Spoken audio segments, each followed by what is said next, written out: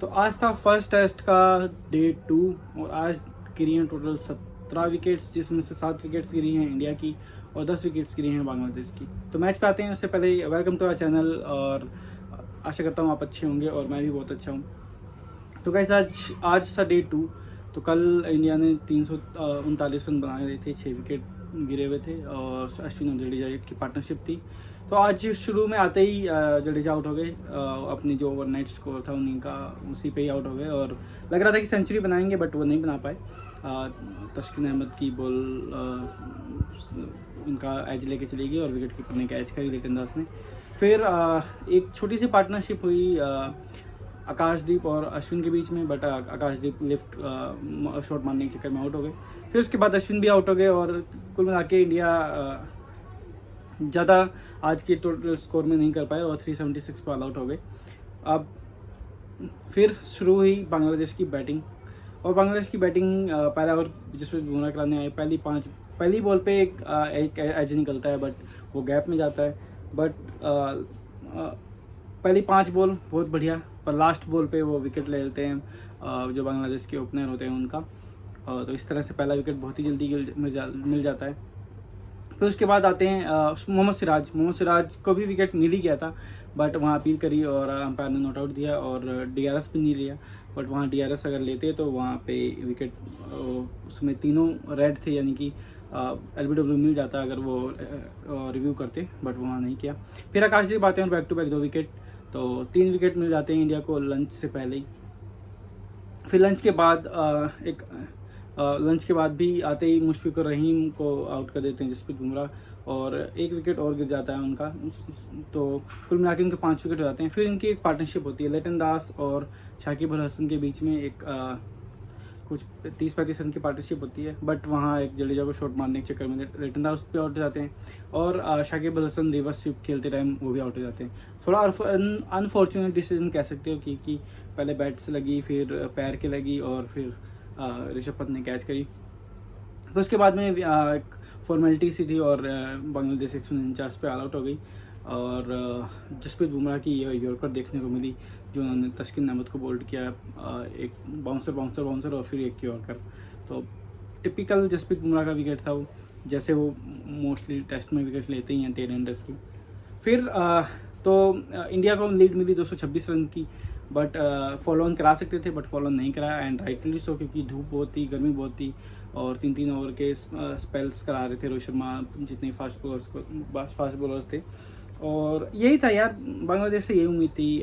Batting bowling उन्होंने अच्छी करी बट बैटिंग में यही लगा था क्योंकि आज बैटिंग कंडीशन अच्छी थी बट स्टिल बांग्लादेश 149 पे ऑल आउट हो गया और ये एक्सपेक्टेड था अभी कि इंडिया की बॉलिंग के आगे बांग्लादेश ज़्यादा नहीं चल पाएगी।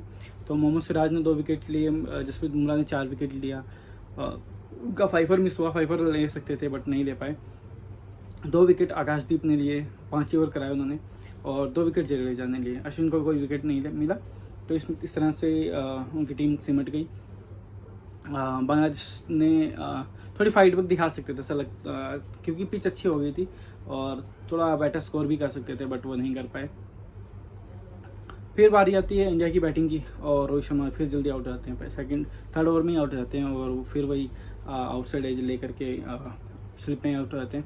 और उसके बाद यशस्वी जायसवाल भी नहीं चलते हैं, वो भी कई बार कवर ड्राइव मारने के चक्कर में रहते हैं बट कई बार प्लेन मिस होता है। बट इस बार नाहिद राणा की बॉल एज लेके जाती है और वो आउट हो जाते हैं। फिर विराट कोहली और शुभमन गिल की एक अच्छी पार्टनरशिप चल रही होती है बट और शुभमन गिल ने क्या शॉट खेले हैं, कटाक उनके बैट से जो आवाज़ आती है टाइमिंग की बहुत अच्छी। और विराट कोहली ने भी आते शुरुआत चौके से करी बट एक बॉल मिस हुई मेहंदी हसन मिराज की और उनके पैड पे आगे लगी और एम्पायर ने आउट दिया। बट कोहली ने रिव्यू नहीं किया और लग भी रहा था बॉल सीधी लग रही है बट जब रिप्ले में दिखाया तो रिप्ले में दिखाया कि उसमें इनसाइड एज था। तो विराट कोहली को पता नहीं चला कि इसमें एज लगा है, अगर उनको पता होता तो एज लगा है तो वो रिव्यू लेते और वो बच जाते। तो इस तरह से विराट कोहली भी फेल हो गए, 17 रन पे वो आउट हुए। तो कुल मिला के अभी इंडिया का स्कोर ये है कि इंडिया 81 पे 3 आउट है और शुभमन गिल और ऋषभ पंत खेल रहे हैं एंड इंडिया के पास जो लीड है हुई वो 308 रन की लीड हो चुकी है। तो अभी तो आई थिंक कल जब आएंगे तो कल का ये रहेगा कि इंडिया कोशिश करेगी कि पूरा दिन खेले, पूरा दिन नहीं तो एटलीस्ट चार तक खेले, और शुभमन गिल की सेंचुरी हो या फिर ऋषभ पंत या फिर के राहुल, इनको बैटिंग प्रैक्टिस थोड़ा मिले ताकि आगे आने वाले मैचों के लिए भी प्रिपरेशन हो सके।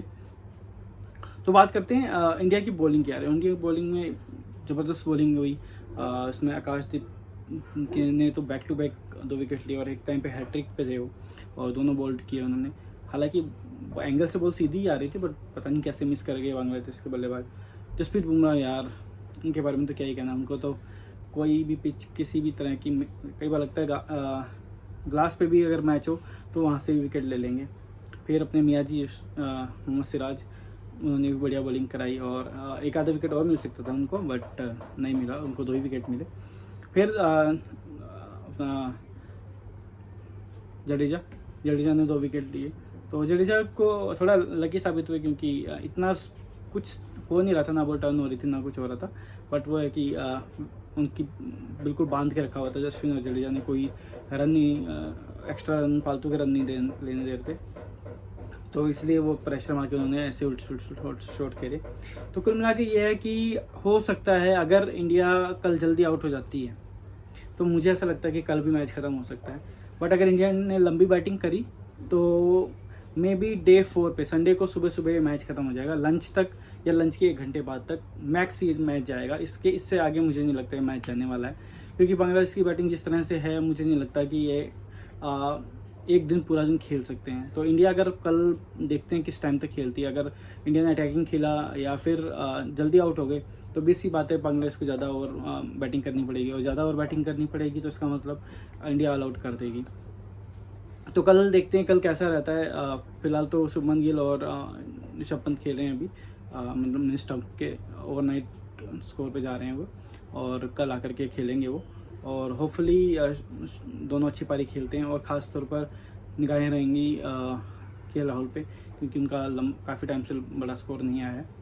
तो जैसा होगा मैं आपके लिए वीडियो लेके आऊँगा। Thank you for watching my video, and तब तक के लिए बाय बाय, टेक केयर।